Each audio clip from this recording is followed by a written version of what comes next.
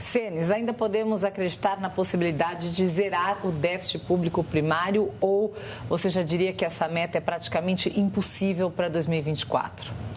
Não, eu acho que tem um desafio significativo a 2024, talvez combinando duas variáveis aí. Uma que o governo aposta, que é crescimento econômico. Então, o governo, se você olhar a projeção do macroeconômica, na qual baseia-se o governo para tentar fazer cenário de zerar o déficit fiscal, tem um crescimento próximo de 3% para 2024. O mercado e uma boa parte dos analistas acham que não é possível isso acontecer. Eles estão dando hoje em torno mais de 1,5%, mas vão dar um desconto para cima ou para baixo, mesmo assim, chegar para 3% é difícil, né?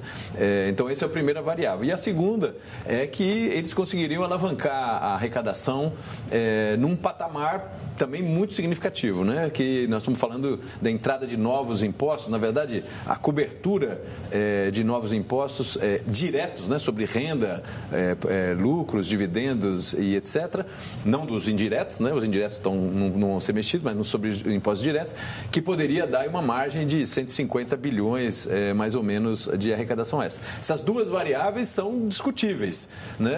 O fôlego do governo para aprovar novas medidas tributárias está diminuindo, principalmente no ano eleitoral, isso fica mais sensível, e a questão do crescimento não depende só do Brasil, né? Depende de muitos fatores que não estão sob controle brasileiro e que, portanto, você não consegue, não é uma economia com um grau de autonomia suficiente, tipo a chinesa ou mesmo a americana, que mais ou menos eles ditam a dinâmica mundial. O Brasil é muito ditado pela economia mundial. Então, se você tiver problema nesses países, e eu acho que tem sinais de problemas na China, por exemplo, ou mesmo no caso dos Estados Unidos, ainda esse arranjo financeiro, taxa de juros, nível de dívida, você pode ter mais notícias vindo desses países que vai afetar o humor da economia brasileira. Então, eu acho possível, mas não acho que seja o mais provável, não.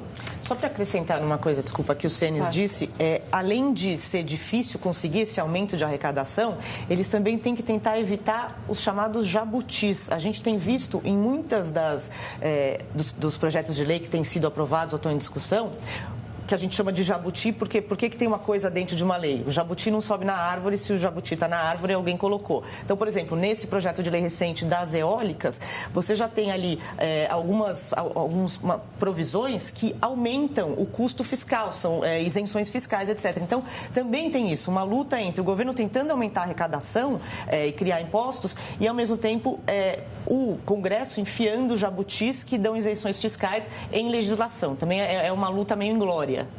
Agora, Patrícia, a briga do presidente pela queda dos juros pode surtir efeito até o final de 2024 ou dificilmente o Banco Central vai ceder a essa pressão do presidente? Acho que o presidente baixou um pouco a bola, né, nesse sentido. No começo do ano de 2023, ele estava muito agressivo, né, esbravejando aí contra o Banco Central, o presidente do Banco Central.